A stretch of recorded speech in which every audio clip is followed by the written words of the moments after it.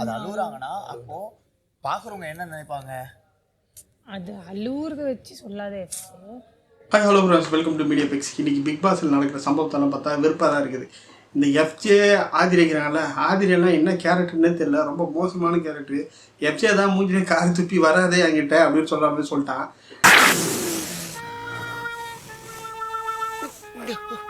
அப்போ கூட விடாமல் அவன் பின்னாடி தொங்கிக்கின்னு இன்னும் சுற்றி நிற்கிது. இப்போ கொஞ்ச நேரத்துக்கு முன்னாடி பார்த்தீங்கன்னா போயிட்டு அவங்ககிட்ட போய் நீ பேசு அப்படின்னு கெஞ்சி நிற்க. அப்போ அவன் எஃப்ஜே என்ன சொன்னான்னா, ஐயோ என்னுடைய இது வந்து கேரக்டர் வந்து வெளியில் வந்து தப்பாக தெரிஞ்சிடும் அப்படின்னு சொன்னான். போன 2 வாரத்துலேயே அவனோட முகத்திரி கீச்சாச்சு.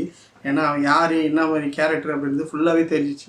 இப்போ எதுவும் நல்ல பொண்ணு மாதிரி நான் எதுவுமே பண்ணல, அந்த பொண்ணை கூட சேரல அப்படின்ற மாதிரி ஆதிரியை வந்து போய் பேசுது. ஆனால் அவன் வந்து பேச மாட்டேன்னு சொல்லிட்டு அவாய்ட் பண்ணுறான். ஆனால் 2 வாரத்துக்கு முன்னாடியே பயப்படல, எல்லாமே பண்ணிட்டான். அவன் வேணா நீ என்கிட்ட பேசாத அப்படின்னு சொன்னான் கூட திரும்ப பேசிக்கிது போயிட்டு.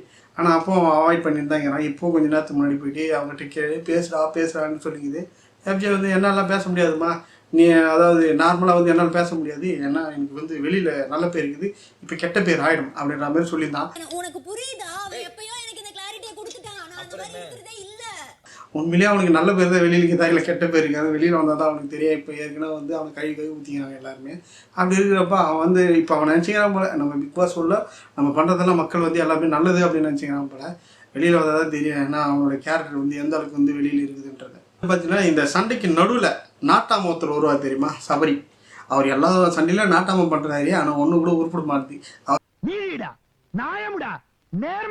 சொல்றதை யாரும் கேட்க மாட்டாங்க, சும்மா வேணா போய் பேசி கிடக்குறாங்கண்டா. இந்த சண்டையில் வந்து சபரி யாருமே மதிக்க மாட்டாங்க. இந்த சண்டையிலையும் போயிட்டு நான் சொல்றது கேளுமா, ஒரு 5 நிமிஷம் கேளுங்கன்றாரு.